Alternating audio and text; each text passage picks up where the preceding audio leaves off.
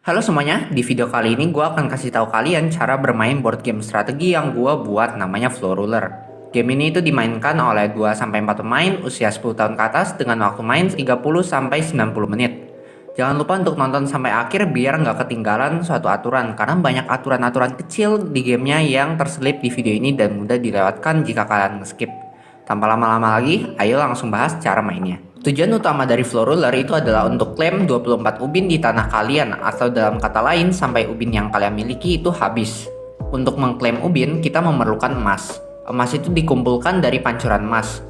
Kalian akan pakai emas untuk beli ubin, nuklir, senjata, dan skill yang tujuannya itu untuk mencegah lawan kalian dari memenangkan gamenya dan membuat kalian selangkah lebih dekat menuju kemenangan.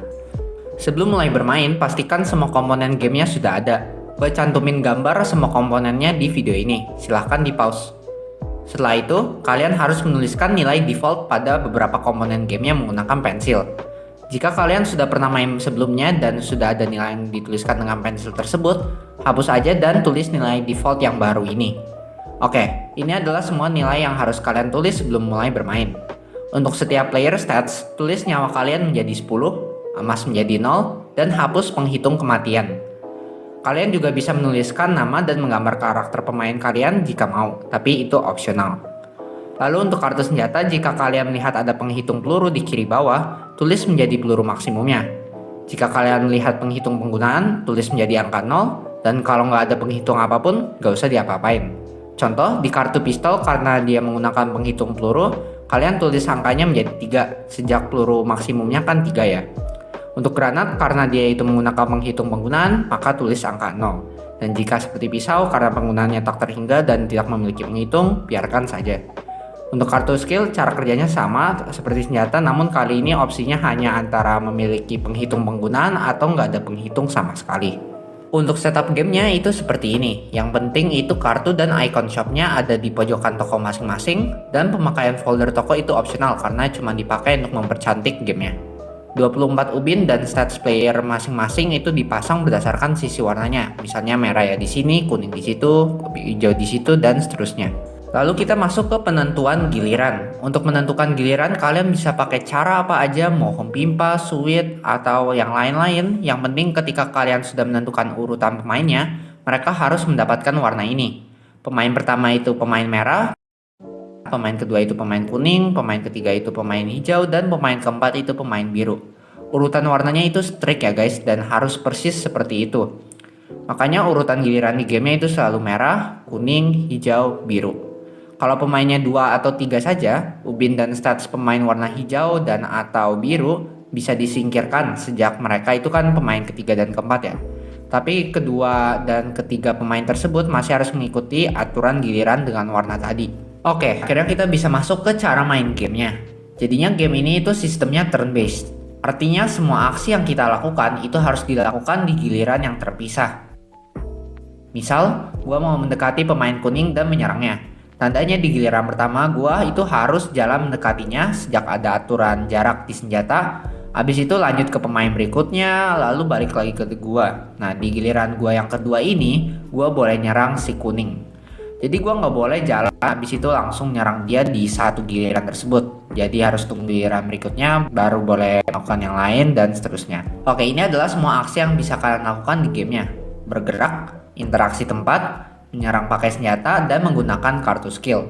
Jadi di antara semua aksi tersebut hanya boleh dilakukan satu tiap giliran. Mari masuk ke aksi yang pertama, yaitu bergerak. Ini tuh adalah aksi yang penting karena dengan ini kalian itu dimampukan untuk pergi ke suatu tempat untuk berinteraksi seperti membeli item di toko atau kumpulin emas di pancuran emas. Dengan ini kalian juga bisa dimampukan untuk mendekati seseorang untuk menyerangnya jika mau. Ketika kalian ingin bergerak, kasih tahu pemain lain bahwa kalian akan bergerak dan kalian harus melempar dadu terlebih dahulu. Angka berapapun yang kalian dapatkan itu adalah berapa kotak kalian bisa bergerak. Arah pergerakannya itu kardinal, jadi atas, bawah, kiri, kanan, kiri atas, kanan atas, dan seterusnya. Intinya 8 arah, ibaratkan seperti pergerakan raja di catur. Jadi misalkan gue lempar dadu dan dapat 6, gue tandanya bisa jalan seperti ini. Langkah pertama misalkan gue mau jalan ke atas, langkah kedua ke kiri atas, dan seterusnya. Ketika bergerak, kalian boleh berhenti di tengah jalan kalau langkah yang dibutuhkan itu lebih rendah dari angka dadunya. Misal, gue di sini itu lempar dadu dan dapat 6, padahal gue cuma butuh 4 untuk kepancuran emas. Jadinya gue bisa aja berhenti di tengah jalan sejak 4 kan lebih rendah dari 6. Seperti yang gue bilang tadi, sistem gamenya itu turn based. Jadi kalau misalkan kalian lempar dadu dan angkanya nggak cukup, kalian harus tunggu giliran berikutnya untuk melanjutkan pergerakan tersebut.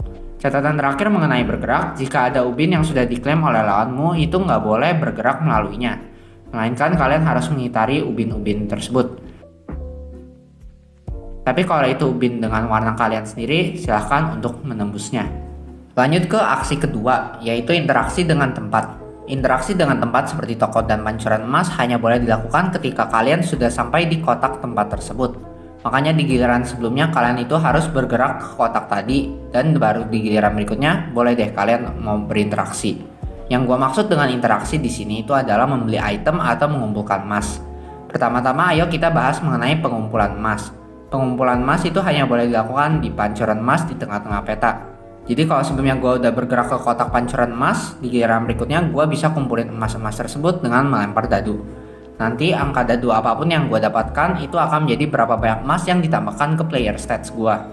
Misalkan gue lempar habis itu dapat 4 ya. Jadinya di sini player stats gue 0 tambah 4, goldnya menjadi 4. Gue coret angka sebelumnya dengan pensil ya, dan tulis angka barunya 4 di sebelahnya. Kalau udah penuh boleh aja kalian hapus dan tulis dengan angka yang baru. Berikutnya mari kita bahas mengenai membeli item dari toko. Toko itu dibagi menjadi dua, yaitu toko berjenis ubin dan toko berjenis barang. Yang pertama itu toko berjenis ubin, yaitu toko ubin dan toko nuklir. Ketika gua ada di toko ubin, gua bisa membeli paket pembelian ubinnya. Misalnya gua beli nih 4 ubin yang harganya 7 emas.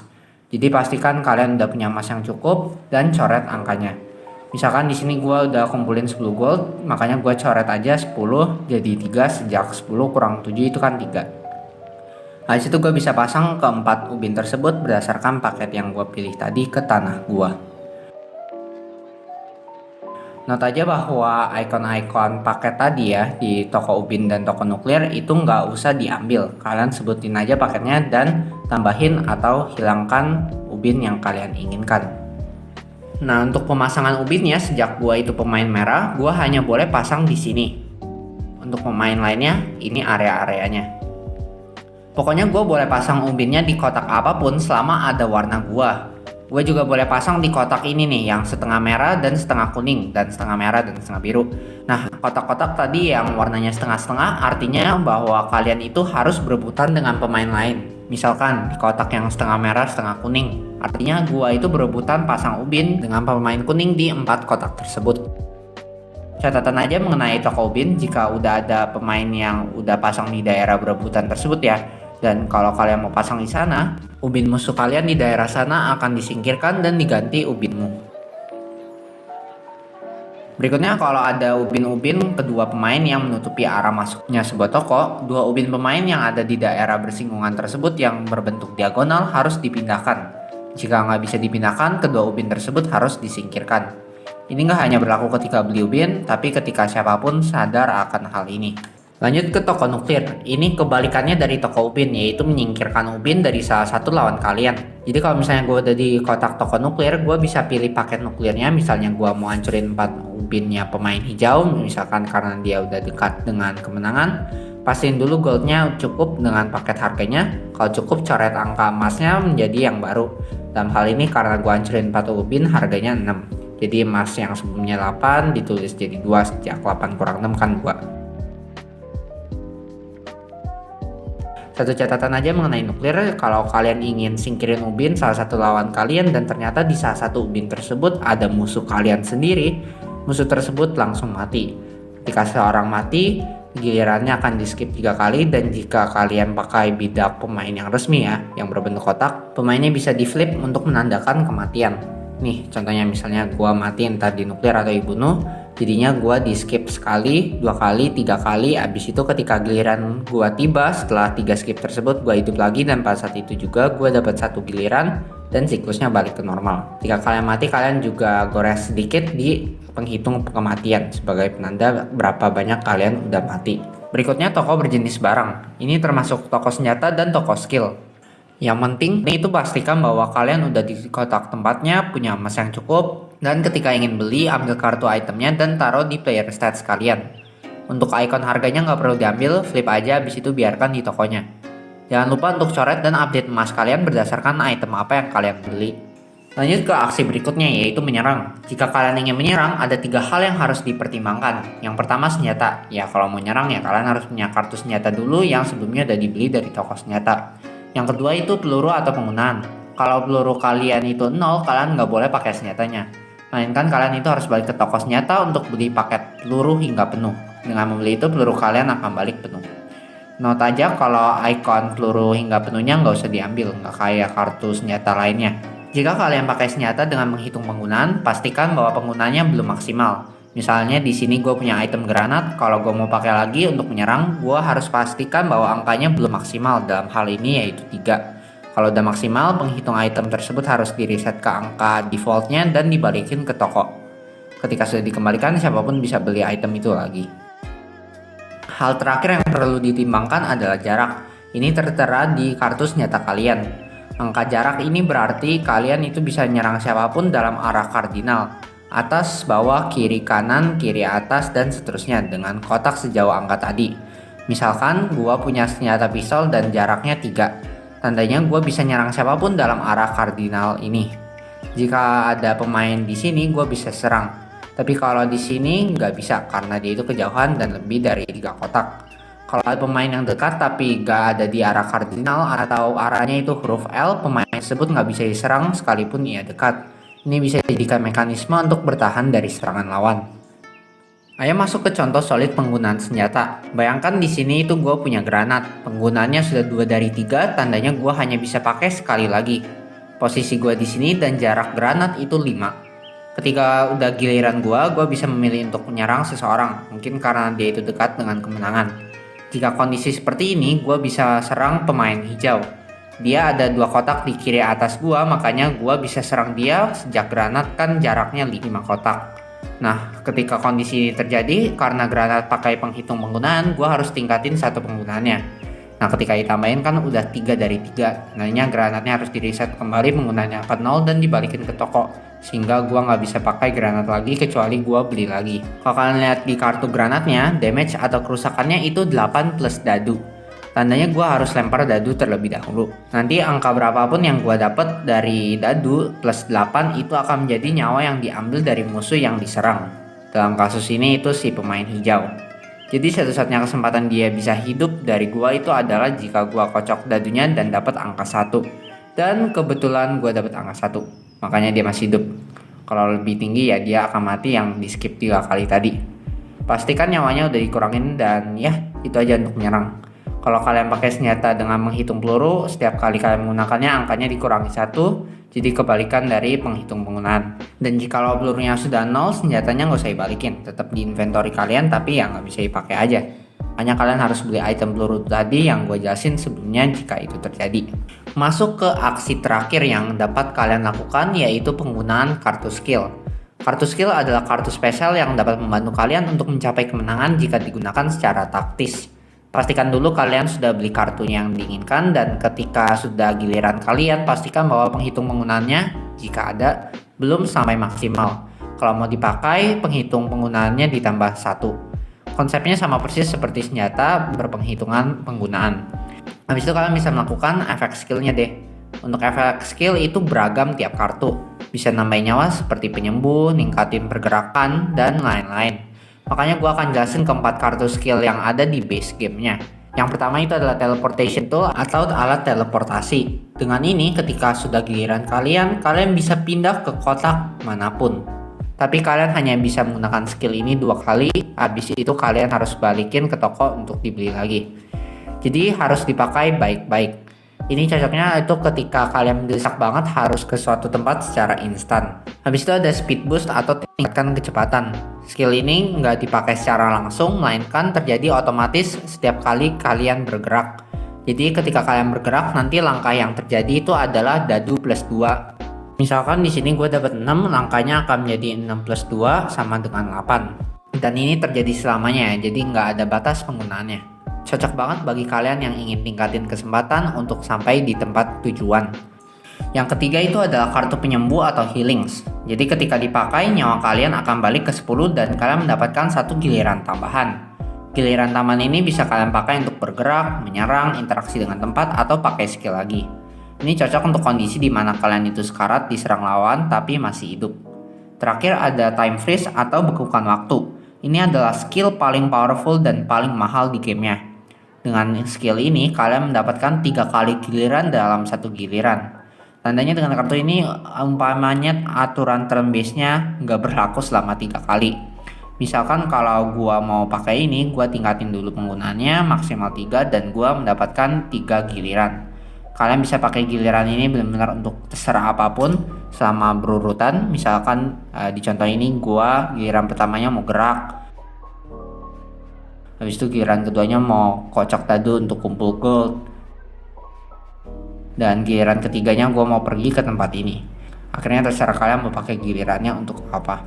Kalau kalian cukup high IQ kayak gua, kalian juga bisa pakai giliran tersebut untuk pakai time freeze itu sendiri untuk lebih banyak giliran lagi. Meskipun bisa dibilang boros. Dan ya itu aja semua yang harus kalian ketahui mengenai cara mainnya. Jadi bisa disimpulkan bahwa gamenya itu sebenarnya hanyalah kumpulan aksi seperti bergerak, interaksi dengan tempat, nyerang, dan pakai skill hingga seseorang mencapai 24 ubin. Biasanya siklus gamenya begini. Pertama, karena semua orang itu bokeh, bakalan pakai giliran pertamanya untuk jalan ke pancuran emas. Nanti ketika emas pemainnya udah cukup, mungkin ada beberapa yang mulai berpencar untuk beli ubin, nuklir, senjata, atau skill dari toko. Mungkin ada juga yang masih memilih untuk grinding dan memakai gilirannya untuk kumpulin emas sampai banyak banget. Biasanya kalau ada orang yang bentar lagi menang, pemain-pemain lain akan coba nuklirin ubin atau bunuh pemain tersebut. BTW bertim di game ini tuh diperbolehkan, tapi ingat hanya ada satu posisi pertama, kedua, ketiga, dan keempat. Jadi tim tersebut hanya berlaku untuk beberapa saat aja. Ini biasanya dipakai untuk mencegah orang untuk menang yang udah powerful banget. Dan siklus ini terulang terus sampai ada yang mencapai 24 ubin. Dan ketika ini terjadi, permainan pun selesai dan masuk ke penentuan pemenang. Pemain pertamanya itu selalu orang pertama yang mencapai 24 ubin. Sisanya itu ditentukan berdasarkan jumlah ubinnya. Ubinnya sama, tentukan berdasarkan jumlah kematian. Semakin banyak kalian mati, semakin kecil rank kalian. Masih sama lagi, tentukan berdasarkan jumlah emas yang dikumpulkan plus harga senjata dan skill yang dimiliki. Masih sama lagi, ya udahlah seri aja. Dan itulah Floor Ruler, board game yang gua buat. Kalau kalian ingin dapetin guide yang lebih mendetail mengenai cara mainnya, gue cantumin link PDF-nya di deskripsi. Kalau masih ada yang ingin tanya mengenai gamenya, silahkan komen di video ini atau lebih baik ditanya di forum board game geek gamenya. Link di deskripsi.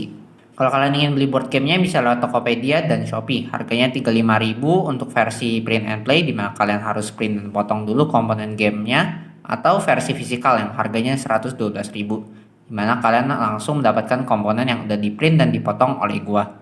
Belum yakin untuk beli gamenya? Kalian bisa nyicipin dulu versi online-nya di Tabletopia. Link di deskripsi. Tapi menurut gua yang versi Tabletopia nggak seseru offline soalnya feel-nya monoton dan berasa seperti di Zoom meeting.